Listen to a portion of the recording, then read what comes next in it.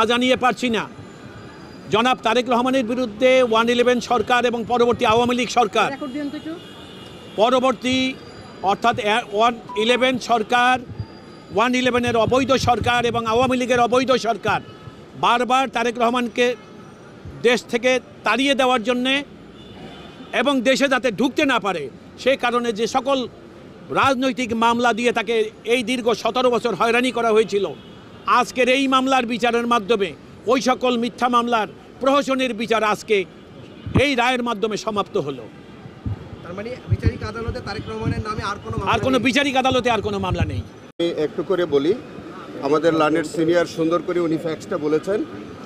এই মামলাটার সূত্রপাত হয়েছিল এই আমাদের তথাকথিত 2007 সালের 1-11 সরকারের দ্বারা। আপনারা জানেন যে 1-11 সরকার একটি দুর্নীতি দমনের আলখেল্লা পরে তারা রাষ্ট্র ক্ষমতায় আসেন। পরবর্তীকালে এই মঈনুদ্দিন ফখরুদ্দিনের সরকার আখণ্ড দুর্নীতিতে নিমজ্জিত হয় এবং তাদের শেষ সময়ে তারা একটি দেশি এবং বিদেশি ষড়যন্ত্রের মাধ্যমে একটি নির্বাচন দিয়ে তৎকালীন ফ্যাসিস্ট সরকার আওয়ামী লীগকে ক্ষমতায় নিয়ে আসে এবং সেই আওয়ামী লীগ তাদেরকে একটি এক্সিট দেয়, সেফ এক্সিট দেয়। তার মধ্য দিয়ে মঈনুদ্দিন ফখরুদ্দিন এবং সেই তথাকথিত সেনা সমর্থিত কিছু সদস্য তারা নিরাপদে এই দেশ থেকে পলায়ন করতে বাধ্য হয় এবং সেই সরকারটি শেষ সময়ে সাংঘাতিকভাবে তারা দুর্নীতিপরায়ণ হয়ে ওঠে। আপনারা জেনে থাকবেন তখন অনেক আমাদের রাজনীতিবিদ, অনেক ব্যবসায়িক, নিরীহ ব্যবসায়ীকে তারা মিথ্যা মামলা দিয়ে হয়রানি করা, -2 ফর্মুলা করা, এইগুলোর মধ্য দিয়ে আমাদের ব্যবসায়িক, নিরপরাধ ব্যবসায়ী এবং অনেক রাজনীতিবিদদের তারা হয়রানি করেছে। তারই ধারাবাহিকতায় আজকের যে মামলাটি সেটি হচ্ছে এইরকমই একটি মামলা। আমার সিনিয়র ফ্রেন্ড যেটা বলেছেন যে বসুন্ধরার জনৈক ডিরেক্টর সাব্বির তিনি খুন হয়েছেন, তার পরিবারের পক্ষ থেকে একটা মামলা হয়েছে।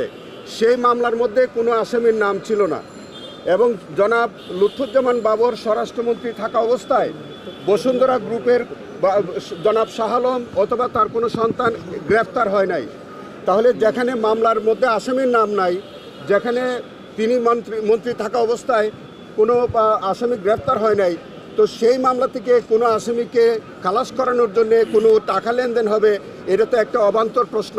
কিন্তু এইরকম একটি মিথ্যা অভিযোগ দিয়ে জনাব স্বরাষ্ট্রমন্ত্রী বাবর সাহেবকে আমাদের হৃদয়ের মণি জনাব তারেক রহমান, তার APS নুরুদ্দিন অপু, আমাদের প্রিমিয়ার ব্যাংকের চেয়ারম্যান জনাব সলিমুল হক কামাল সহ অন্যান্যদেরকে এই মামলায় আসামি হিসেবে অন্তর্ভুক্ত করে দীর্ঘ আইনি সংগ্রামের মধ্য দিয়ে সর্বশেষ যিনি তদন্তকারী কর্মকর্তা তিনি আদালতে এসছেন আমাদের পক্ষ থেকে, আমাদের লার্নেড সিনিয়র এবং আমরা যারা করেছি সেখানে তিনি পরিষ্কার করে বলেছেন যে তার তদন্তকালীন সময়ে এমন কোনো ব্যক্তি, যেটি শাহ আলম সাহেবের পরিবার বা অন্য কেউ এরকম কোনো অভিযোগ করে নাই যে এই মামলার মধ্যে কেউ ঘুষ দাবি করেছে, অথবা এমন কোনো সাক্ষীও আসে নাই যে আসামিদের কাউকে শাহ আলমের পরিবার থেকে কোনো ঘুষ প্রদান করেছেন। তাহলে ঘুষের মামলায় আপনার ডিমান্ড এবং অ্যাকসেপ্টেন্স যদি না থাকে তাহলে এটা স্পষ্টতই এটা একটা মিথ্যা মামলা।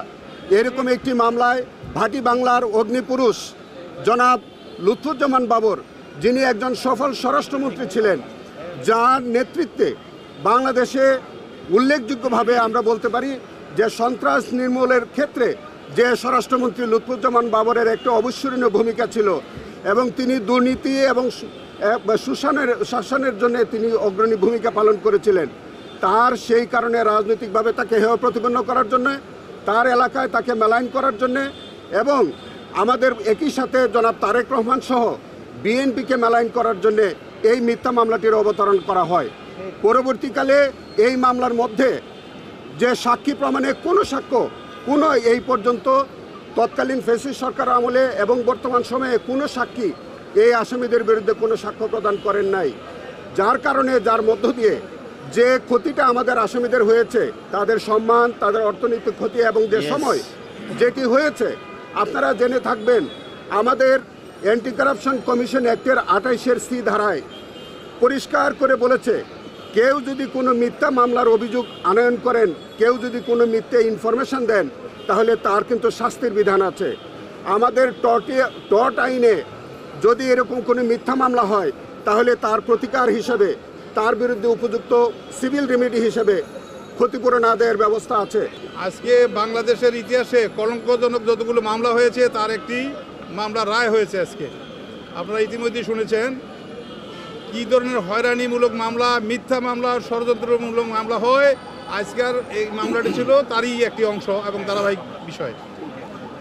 জনাব তারেক রহমান, যিনি বাংলাদেশের মানুষের হৃদয়ের মণি, যিনি বাংলাদেশের কাঙ্ক্ষিত নেতা, যিনি বাংলাদেশকে পরবর্তীতে নেতৃত্ব দিবেন, গণতান্ত্রিক প্রক্রিয়া যিনি চালু করছেন, এবং যেই কারণে তিনি এবং তার মা সাবেক প্রধানমন্ত্রী বেগম খালেদা জিয়া সহ এই পরিবারটি নিগৃহীত হয়েছে, অত্যাচারিত হয়েছে, জুলুমের শিকার হয়েছে, এবং গণমানুষের আকাঙ্ক্ষার বিপক্ষে যারা ছিলেন তারা এই মামলাটির মূল কারিগর। কী ছিল মামলাটি? বসুন্ধরা একজন ডাইরেক্টর মারা গিয়েছেন, সেই বিষয়ে মামলা হয়েছে। সেই মামলায়, হত্যা মামলায় সমস্ত আসামিরা খালাসপ্রাপ্ত। যেখানে আজকের লুৎফুজ্জামান বাবর, উনি স্বরাষ্ট্র প্রতিমন্ত্রী হিসাবে ওনাকেও আসামিভুক্ত করা হয়েছিল, তিনি সেই মামলায় খালাসপ্রাপ্ত। পরবর্তীতে আরেকটি প্লট ধারাবাহিকভাবে নিয়ে আসলেন যে ওই মামলার দায় থেকে বাঁচানোর জন্য জনাব লুৎফুজ্জামান বাবর মূল আসামিকে দেশ থেকে বেরিয়ে যাওয়া এবং মামলার ধামাচাপা দেওয়া ইত্যাদি বিষয়ে সম্পৃক্ত থেকে জনাব তারেক রহমানকে পর্যন্ত ইনভলভ করে কিছু অনৈতিক বিনিময়ের একটা বিষয় নিয়ে সেখানে এই মামলাটা চালু হলো, যেখানে লুৎফুজ্জামান বাবরকে 1 নম্বর আসামি করা হয়েছে এবং বসুন্ধরার মালিক, আমার অনেক আলোচিত একজন সাবেক এমপি বিএনপির জনাব কামাল, যাকে ইকোনো কামাল হিসাবে দেশে বেশি পরিচিত, তাকে সহ আবু সুফিয়ান, একজন বিএনপির সাবেক সংসদ সদস্য প্রার্থী সহ এদের বিরুদ্ধে মামলাটা হয়। এই মামলায় দীর্ঘদিন সাক্ষ্য সাবত নিয়ে মাননীয় আদালত সুস্পষ্টভাবে দেখলেন যে এই মামলায় প্রসিকিউশন পক্ষ তথা বাদী পক্ষ যে অভিযোগটি এনেছেন, তথাকথিত ঘুষের লেনদেনের কোনো অস্তিত্ব এখানে পাওয়া যায় নাই, কোনো সাক্ষী বলে নাই, কোনো কাগজপত্র আসে নাই, এমনকি বর্তমান যে প্রযুক্তিগত সাক্ষ্য, আপনার সিসিটিভি ফুটেজ বা অন্য কোনো মিডিয়া, কোনো মাধ্যমেই এই মামলার ঘুষের লেনদেন, আলোচনা, ষড়যন্ত্র এইসব বিষয় আসে নাই। কারা দেখেছেন, কারা শুনেছেন সেই সম্পর্ক আসে নাই। ফলে দেখা গেল শুরু থেকে শেষ পর্যন্ত এই মামলাটি ছিল একটি কল্পিত অভিযোগের মামলা, যে মামলাটি সাক্ষ্য প্রমাণে 100% আসামিদের সপক্ষে এসেছে এবং সরকার পক্ষের বিপক্ষে গিয়েছে। অত্যন্ত বিচক্ষণতার সাথে স্বাধীনভাবে নিরপেক্ষভাবে আজকের মাননীয় আদালত বিচার বিশ্লেষণ করে সকল আসামিদেরকে বেকসুর খালাস দিয়েছেন। কেননা মামলার যেই অনিয়ম, দুর্নীতি বা লেনদেনের অভিযোগ এটা কোনোভাবেই প্রমাণিত হয় নাই। ফলে কি দাঁড়ালো, দীর্ঘদিন যাবৎ লুৎফুজ্জামান বাবর এবং জনাব তারেক রহমানকে সম্পৃক্ত করে যে এইরকম হয়রানির ষড়যন্ত্রের যে মামলার যে প্লট, সেই প্লটটা দ্যাট হ্যাজ বিন ডিসপ্রুভড, এটা সম্পূর্ণভাবে নিষ্ফল হিসাবে প্রমাণিত হয়েছে। আমরা দেশবাসীর কাছে দোয়া চাই, মাননীয় আদালতের প্রতি কৃতজ্ঞতা জানাই, যারা সাংবাদিক বন্ধুবান্ধব আছেন এই মামলা খোঁজখবর রেখেছেন এবং প্রকৃত তথ্যটা দেশবাসীর কাছে তুলে ধরেছেন এবং ধরবেন, তাদের মাধ্যমে আমরা জানাতে চাই এই জাতীয় হয়রানিমূলক মামলা ভবিষ্যতে যেন আর না হয়। জাতীয়তাবাদী শক্তিকে দমন করার জন্য অসৎ উদ্দেশ্যে যে মামলা একের পর এক আপনারা দেখছেন খালাস হচ্ছে, যেহেতু এখন বিচার বিভাগ স্বাধীন, নিরপেক্ষ এবং কোনো রকম প্রভাব ব্যতিরেকে এই মামলাগুলোর রায় হচ্ছে।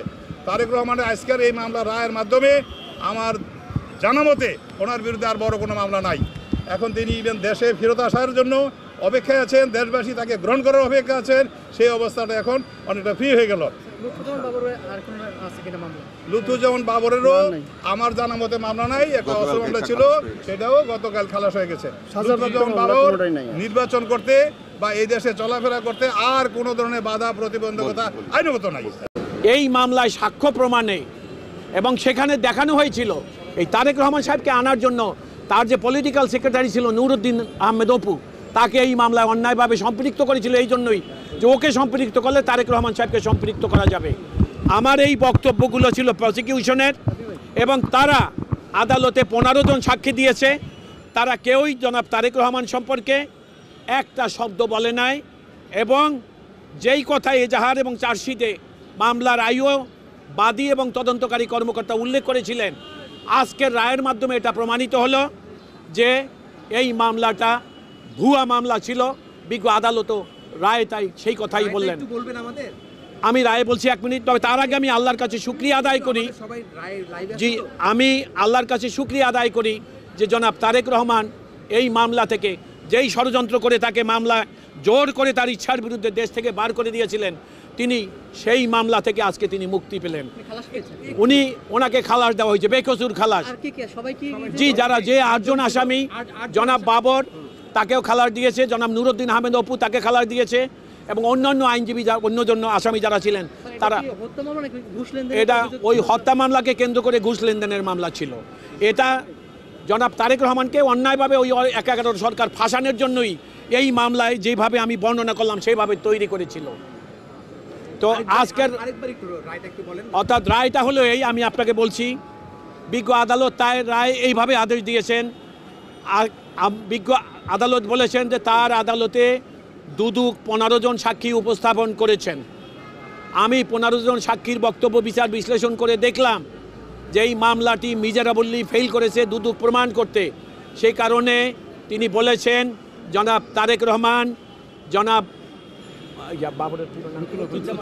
লুৎফুজ্জামান বাবর, জনাব মিয়া নুরুদ্দিন অপু সহ অন্যান্য সকল আসামিরা এই মামলায় দুদক প্রমাণ করতে ব্যর্থ হওয়ায় তাদেরকে সবাইকে বেকসুরভাবে এই মামলা থেকে খালাস প্রদান করা হইল। মামলাটা ছিল সাব্বির নামে এক ইঞ্জিনিয়ার, তাকে হত্যা করা হয়েছিল মর্মে অভিযোগটা আনিয়েছে। ওই হত্যা মামলায় তাকে আসামি করেছিল 111। আপনি জানেন, আমি এই কথাটা না বলে পারছি না, 111-এর সময় এই আকবর সোবহান এবং 111 অর্থাৎ বসুন্ধরার যারা, তাদেরকে 111-এর যারা কুচিলভ ছিল অন্যায়ভাবে মামলায় ঢুকিয়ে তাদের কাছ থেকে প্লট থেকে নেওয়া টাকা পয়সা অবৈধভাবে হাতিয়ে নেওয়ার নানা রকম ব্যবসা করেছিল। সেই কারণে এই মামলাটা জন্ম হয়েছিল। পরবর্তী সময় বাবর সাহেবকে দাবার গুটি হিসাবে ব্যবহার করেছিলেন, যে তিনি ওদেরকে খালাস দেওয়ার জন্য এইখান থেকে একটা অর্থ লেনদেনের ব্যাপার হয়েছিল। অথচ এই কথাটা আদালতে এসে কেউই প্রমাণ করতে পারেনি। সুতরাং সকল আসামি এই মামলায় বেকসুর হওয়ায় বিজ্ঞ আদালত তাদেরকে খালাসের আদেশ প্রদান করেছেন।